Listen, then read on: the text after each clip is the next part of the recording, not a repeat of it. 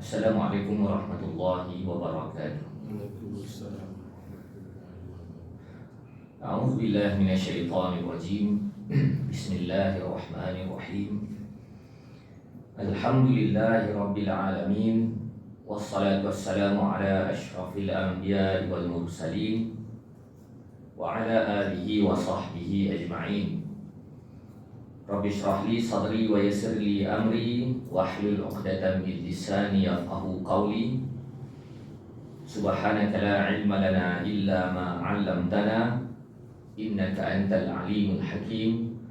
Wala haula wala quwwata illa billahil aliyyil azim. Qala Allah subhanahu wa ta'ala, wa laqad ba'atsna fi kulli ummatin rasula an ya'budullah wajtanibut taghut. Allah Subhanahu wa ta'ala berfirman, dan sesungguhnya kami telah utuskan bagi setiap umat itu rasul, masing-masing membawa seruan abdikanlah diri kepada Allah dan jauhkanlah diri dari taghut. Shadaqallahul azim.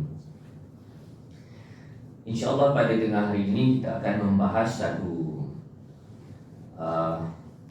satu konsep yang telah disanggah oleh Al-Quran, yaitu konsep beragama secara rahbaniyah. Secara rahbaniyah ini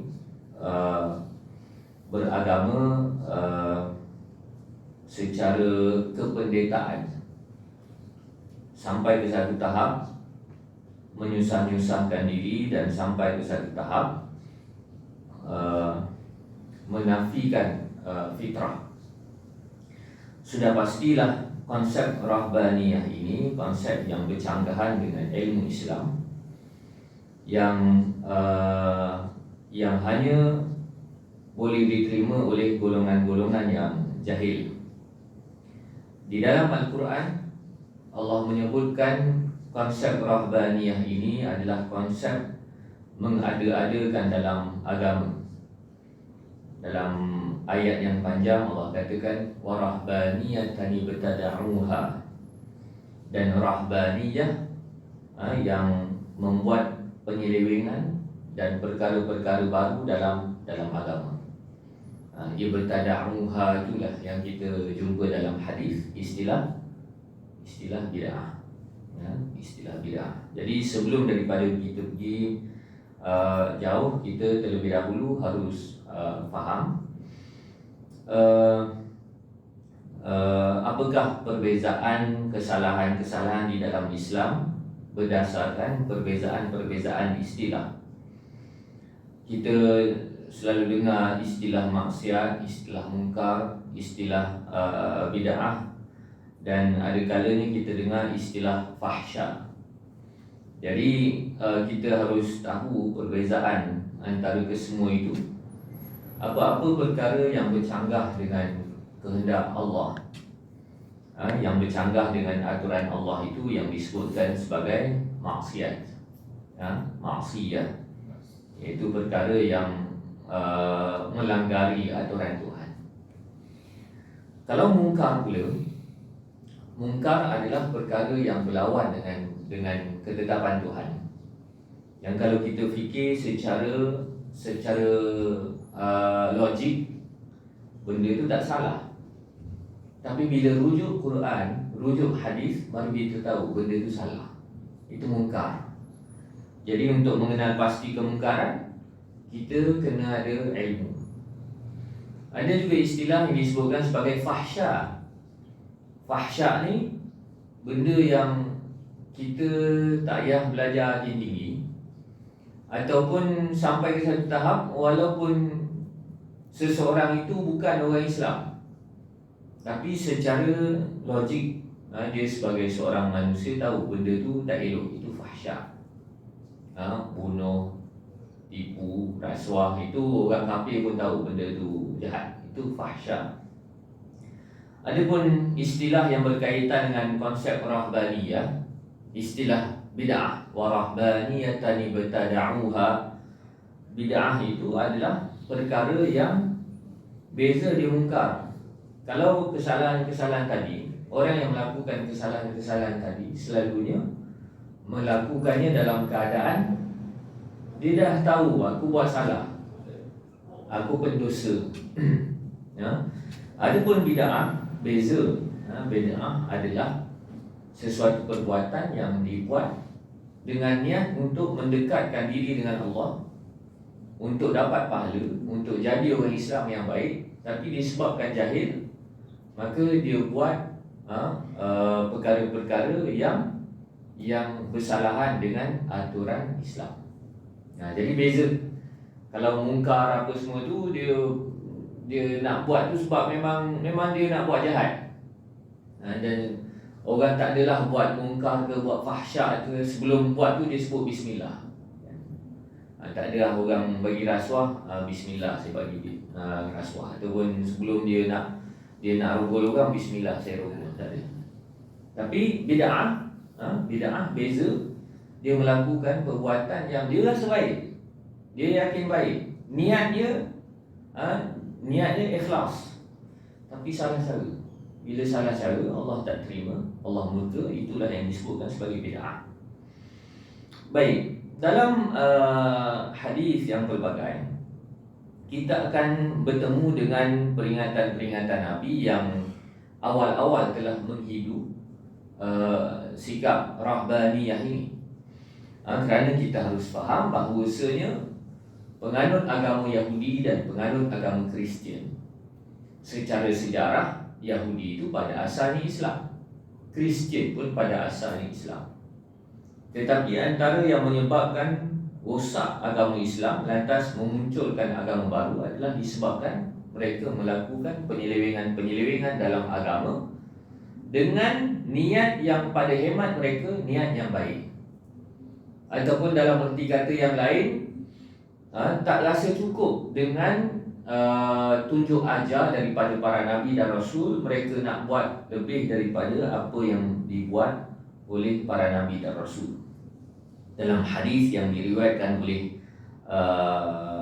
Imam Bukhari, hadis yang sahih, ini hadis yang terkenal.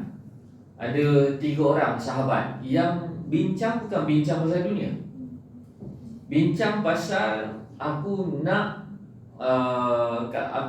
lebih bersungguh agama aku berbanding Nabi.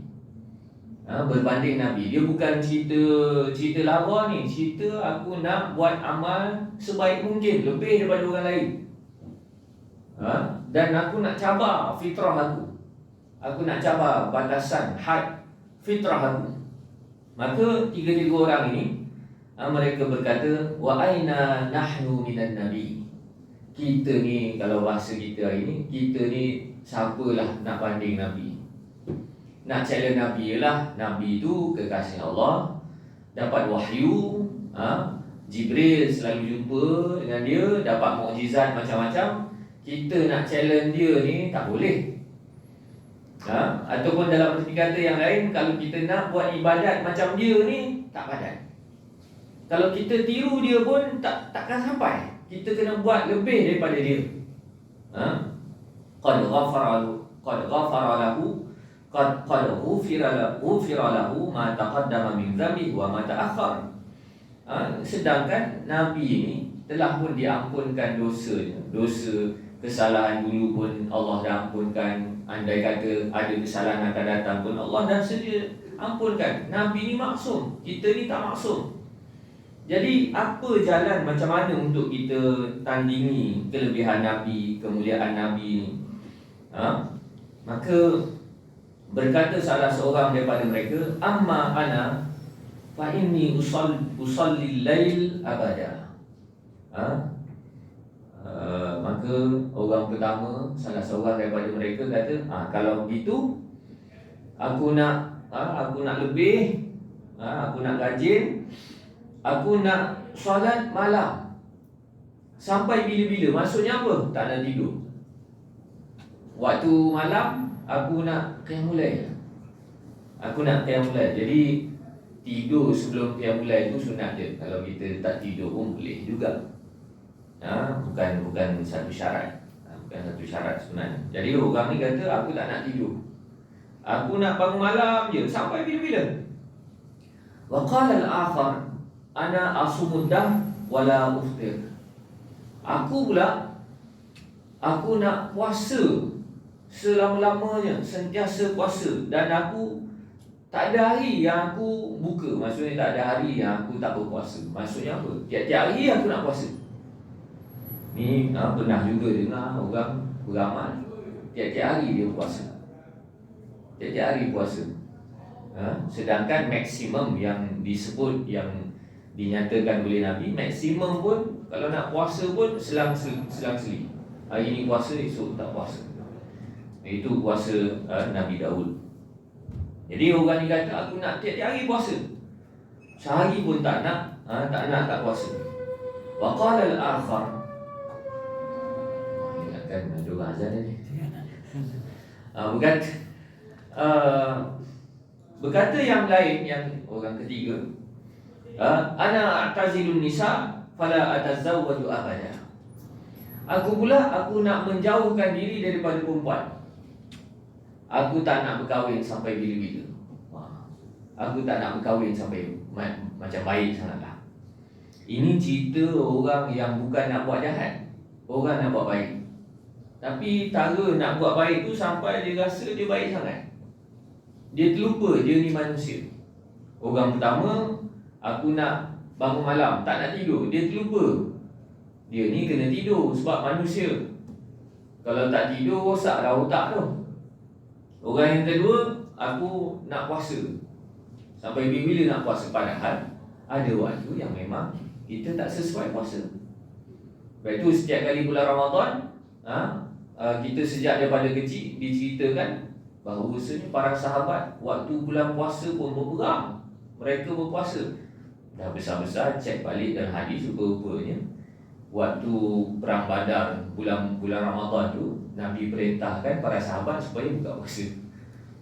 Dan begitu juga Fathu Mekah, pembukaan kota Mekah, itu separa perang lah. Itu pun Nabi suruh para sahabat buka puasa. Sebab apa? Nak guna tenaga ni. Nak guna tenaga.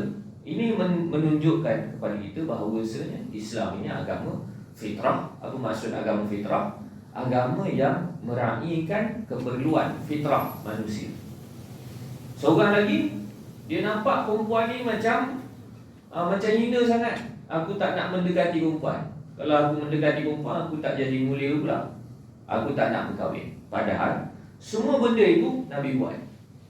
Nabi tidur, Nabi ada waktu dia puasa, ada waktu dia tak puasa, dan Nabi berkahwin. Malah lebih ramai lagi daripada kita. Kan?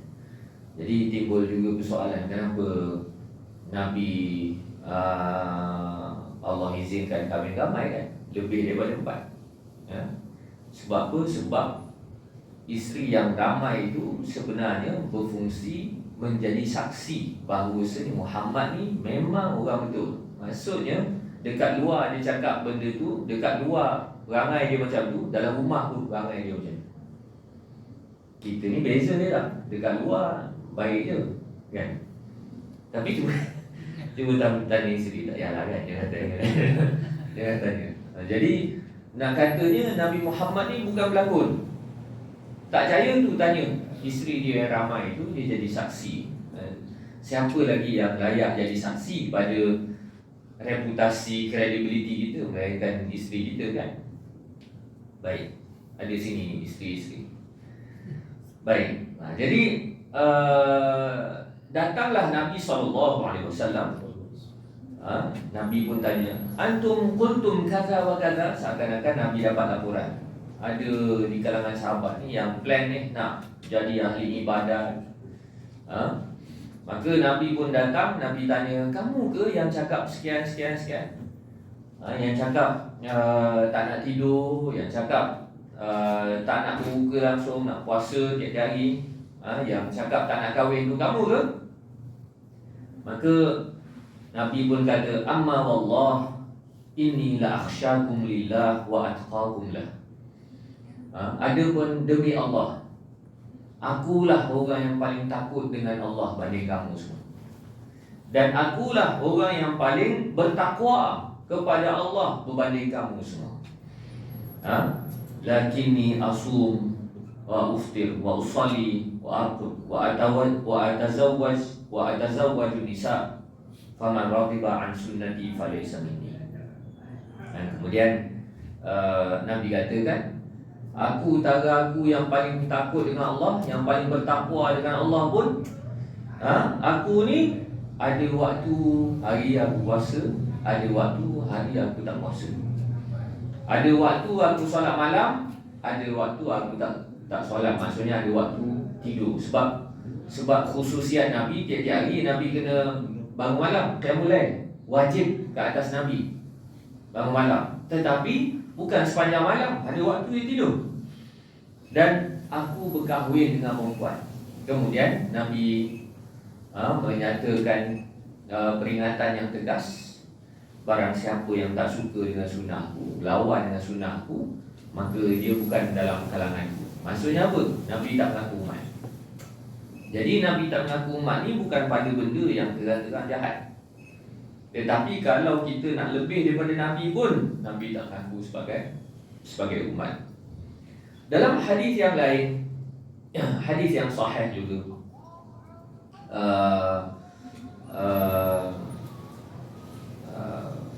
Nabi berbicara dengan sahabat berkenaan neraka.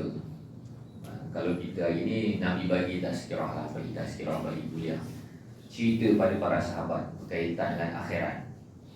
Maka sahabat yang dengar peringatan-peringatan Nabi itu akan nangis. Salah seorangnya Hanzalah. Ini Hanzalah yang bukan Hanzalah dalam lagu Rabbani tu. Dia Hanzalah ada dua orang dalam yang mati syahid tu. Dia Hanzalah bin lain, ni Hanzalah bin lain. Jadi bila pakat menangis ni, lepas dah kuliah, masing-masing bersurai. Masing-masing bersurai. Hanzalah ni balik pada keluarga dia, bergaul dengan anak bini dia, dia ketawa dalam rumah. Sebab apa? Seronoklah main dengan anak. Seronok. Bila dah habis seronok tu, datang rasa bersalah pada Hanzalah. Datang rasa bersalah. Sebab apa?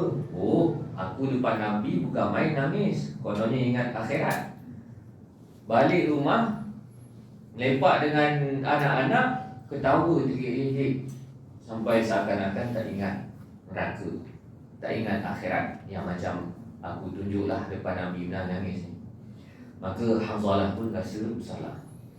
Hanzalah jumpa dengan sahabat-sahabat yang besar, jumpa dengan Abu Bakar, jumpa dengan Umar. Ucapan Hanzalah, dia kata qad nafaqa Hanzalah. Hanzalah telah munafik. Ini kita boleh gambarkan betapa hidupnya hati para sahabat. Mereka rasa bersalah sendiri. Kalau kita ni hati kering kan, kalau bersalah pun kita cuba justify kesalahan kita. Taklah kan. Jadi mereka ini belum apa-apa, mereka dah mengaku dulu. Jadi Hanzalah dia katakan qad nafaqa Hanzalah, qad nafaqa Hanzalah. Hanzalah dah munafik. Bila adukan pada Sayyidina Umar, Sayyidina Abu Bakar, masing-masing tak reti nak jawab macam mana. Kan? Kalau ikut ta'rif secara bahasa dan konsep munafik tu, ya macam ya. Depan Nabi nak nangis, belakang Nabi ketawa-ketawa. Kan? Macam ya. Jadi mereka tak boleh nak jawab. Mereka cakap pada Hanzalah, wahai Hanzalah, pergi ngadulah pada Nabi. Pergi ngadu pada Nabi. Dan ini bukti keadilan.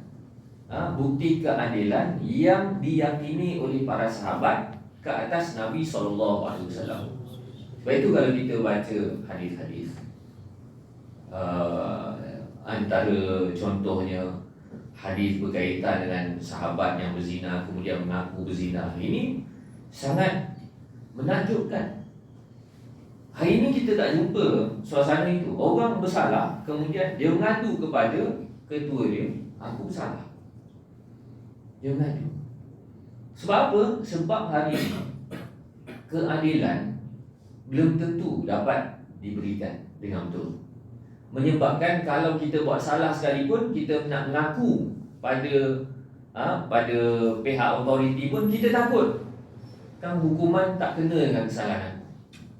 Takut-takut kesalahan aku kecil je, tapi bila dah mengadu, dia bantai. Dia letakkan hukuman yang jauh lebih berat daripada kesalahan aku.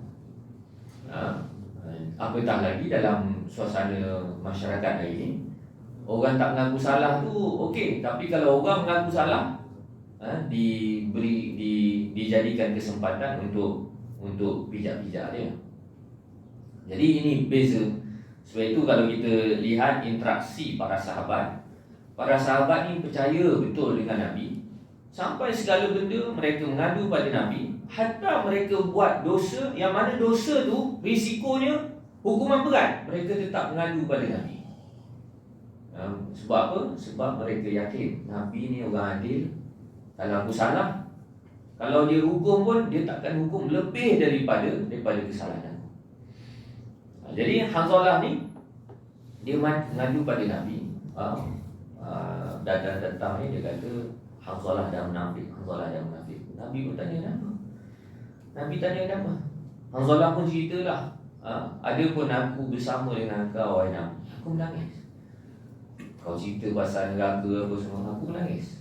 Tapi balik rumah aku jumpa anak-anak aku bergurau dengan dia, aku jadi ketawa, jadi seronok.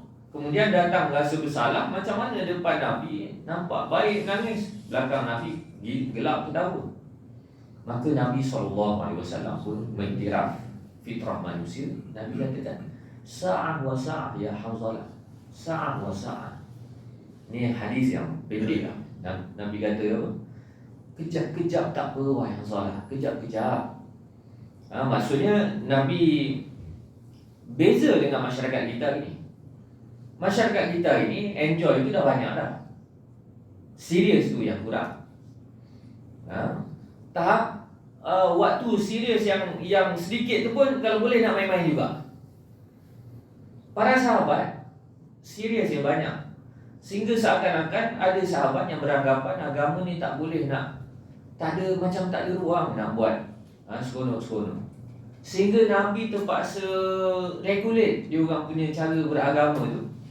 Nabi cakap kepada mereka, wahai Hanzalah, kejap-kejap tak apa, janganlah setiap masa nak menangis, nak ingat neraka. Ada waktunya, boleh bergelak ketawa. Dan hadis ini disandarkan oleh para ulama betapa ajaran Islam ini ajaran yang mengizinkan kita untuk berhibur. Tapi kalau kita tengok model berhibur berdasarkan hadis ini, hiburan yang paling utama yang Allah sediakan kepada kita, ruangnya adalah berhibur sesama dan beranam. Jangan terus kita channelkan hadis ni. Kalau gitu tak apalah pergi konsert sekali-sekala kan. Kalau gitu tak apalah kita pergi wayang sekali-sekala. Tak, kena tengok konteks hadis itu. Sahabat berhibur dengan anak beranam. Itu hiburan yang ori. Hiburan yang ada pada hari ini boleh jadi tak ori. Maka disebabkan itu berapa ramai penghibur, kerja dia menghiburkan orang, tapi dia akhir sekali dia tension, dia bunuh diri.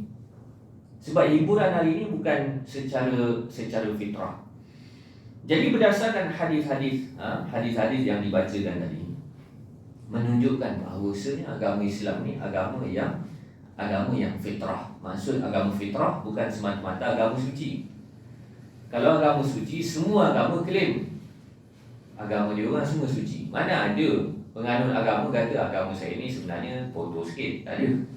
Semua klaim agama saya suci. Tapi maksud agama fitrah ni adalah segala fitrah yang Allah berikan kepada manusia ada ruangnya. Allah dah peruntukkan melalui agama Islam. Fitrah nak berhibur, fitrah nak berehat, fitrah nak beranak pinak, fitrah nak jadi kaya. Itu semua fitrah. Dan cara Islam tidak menyekat fitrah, tetapi memberikan ruang. Ada jalan. Ada jalannya. Baik. Begitu juga dalam hadis yang diriwayatkan oleh Ad-Darimi. hadis yang isnadnya baik, jayyid, membabitkan dialog antara Abu Musa al-Asy'ari dan Ibnu Mas'ud melihat tingkah laku generasi selepas daripada zaman Nabi SAW. Jadi satu hari Abu Musa al-Asy'ari jumpa Ibnu Mas'ud, kemudian dia mengadu kepada Ibnu Mas'ud, bahawasanya aku berjumpa, aku terserempak dekat sekumpulan yang mengadakan halaqah zikir, bulatan zikir, perkumpulan zikir. Wa fi kulli halaqatin rajul wa fi aydihim hasa. Dan setiap kumpulan itu ada seorang. Kalau bahasa kita ini tekong lah, ada seorang yang di tangannya ada batu, ada batu. Maka dia pun berkata, kabiru mi'ah, bertakbirlah 100. Maka masing-masing pun bertakbir 100. Halilu mi'ah, ucapkan la ilaha illallah 100 kali. Mereka pun la ilaha illallah 100 kali. Sabbihu mi'ah, bertasbihlah, ucapkanlah subhanallah 100 kali. Maka masing-masing pun ucap subhanallah 100 kali. Maka Abu Musa al-Asy'ari dia bingung sebab pattern ni dia tak pernah jumpa Nabi buat dan para sahabat buat. Lantas Abu Musa al-Asy'ari pun ngadu, aku tak tahu nak buat apa. Aku tengok-tengok gitulah, aku nampak macam tak kena, tapi aku nak tegur, aku tak berani, takut-takut benda tu ada diajar. Lantas Ibnu Mas'ud bertanya, kamu tak buat apa-apa? Itu yang aku jumpa kau tu. Ibnu Mas'ud antara ulama para sahabat. Lantas Ibnu Mas'ud pun, Abu Musa al-Asy'ari bawa Ibnu Mas'ud pergi ke tempat itu. Bila tengok Ibnu Mas'ud pun betul lah apa yang dilakukan oleh Abu Musa al-Asy'ari. Maka Ibnu Mas'ud kata apa? Fa'uddu sayyi'atakum fa ana dhaminun alla yudhi'a min hasanatikum syai'a. Bila Ibnu Mas'ud tengok orang yang kira pahala, dia jadi kira pahala. Ibnu Mas'ud kata apa? Maka kiralah dosa-dosa kamu. Kiralah dosa-dosa kamu, kerana aku menjamin Allah takkan mensia-siakan amal kebaikan kamu. Maksudnya Ibnu Mas'ud kata apa? Ibnu Mas'ud kata yang pergi kira amal soleh ni buat apa? Sebab apa? Amal soleh ni Allah takkan persia-siakan. Allah mesti kiranya. Sebaiknya kamu kira dosa-dosa kamu, sebab bila kira dosa-dosa kamu ni, kamu akan bertaubat. Waihakum ya ummat Muhammad, celakalah ke atas kamu umat Muhammad.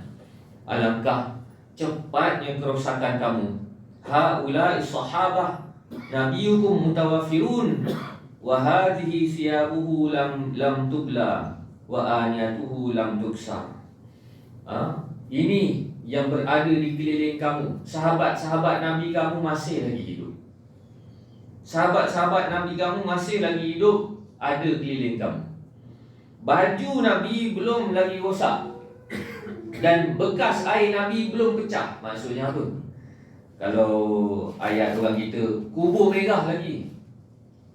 Kubur Nabi ni merah lagi. Kenapa cepat sangat nak buat benda yang Nabi tak pernah ajar? Wallazi nafsi biyadi innakum la'ala millati Muhammad aw muftatihu babi dalalah.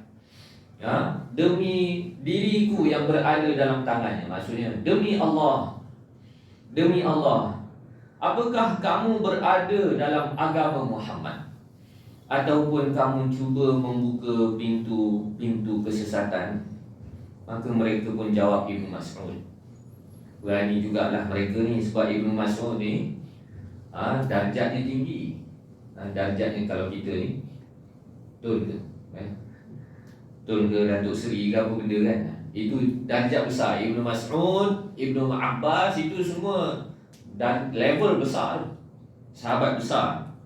Mereka pun kata, "Wallah ya Aba Abdurrahman, ma aradna illa al-khair." Demi Allah wahai Abu Abdurrahman. Jadi Arab ni, dia Abu ni dia akan disebahkan pada anak pertama dia. Jadi anak pertama Ibnu Mas'ud ni Abdurrahman. Jadi wahai Abu Abdurrahman. Bila dah wahai tu dia tak jadi Abu lah, dia jadi Aba. Itu bahasa Arab lah. Ya, wahai Abu Abdurrahman, wahai Ibnu Mas'ud, kami tak ada apa, kami nak buat benda baik je. Apa salahnya? Maka Ibnu Mas'ud jawab, "Wa kam muridin lil khair lan yusibah." Berapa ramai orang yang nak buat benda baik, nak capai benda baik, tapi dia tak dapat pun benda baik tu. Sebab apa? Agama ni nak buat benda baik kena ada ilmu. Tak boleh nak reka-reka begitu saja, nak buat ikut suka, tak boleh. Itulah fungsi Nabi diutuskan, tunjukkan kepada kita cara beragama. Inna Rasulullah sallallahu alaihi wasallam haddatsana qauman yaqra'una al-Quran la yujawizu taraqiyahum. Sesungguhnya Rasulullah dah pesan kepada kami. Dah pesan kepada kami akan muncul satu kaum yaqra'una al-Quran. Mereka membaca Al-Quran. Sedangkan Al-Quran itu tak lepas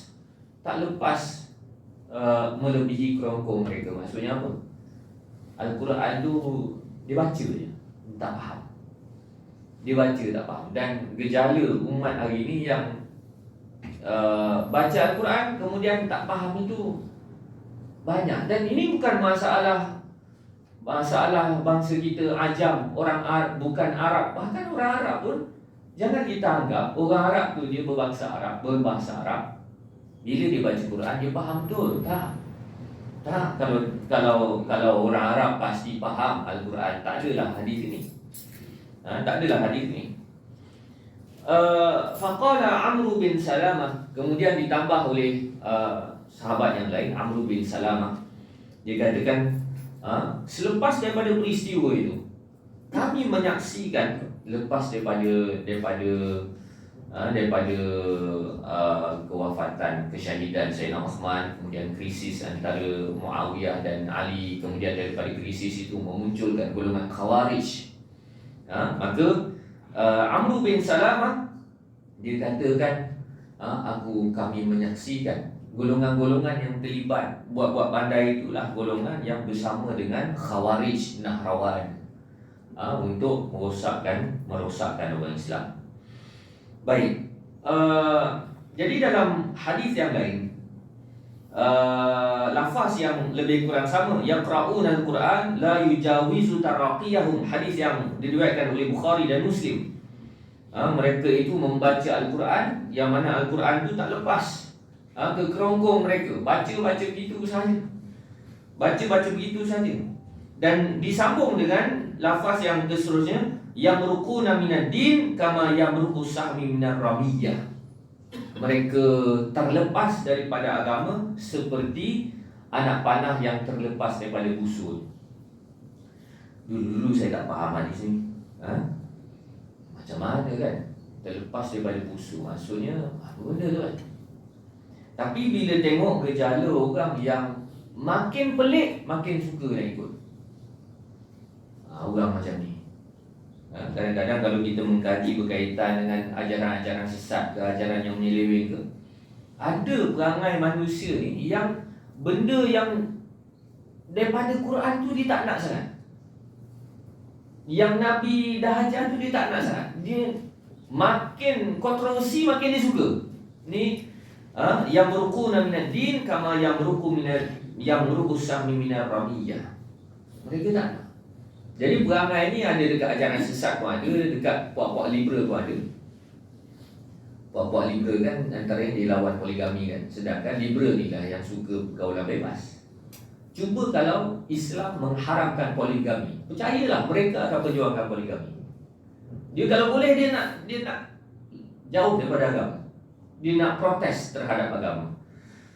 Begitu juga dalam sesetengah ajaran sesat. sumber-sumber yang jelas daripada nas, daripada Quran dan hadis yang jelas itu. Kalau boleh dia tak nak. Dia nak yang pelik, yang mencabar fitrah.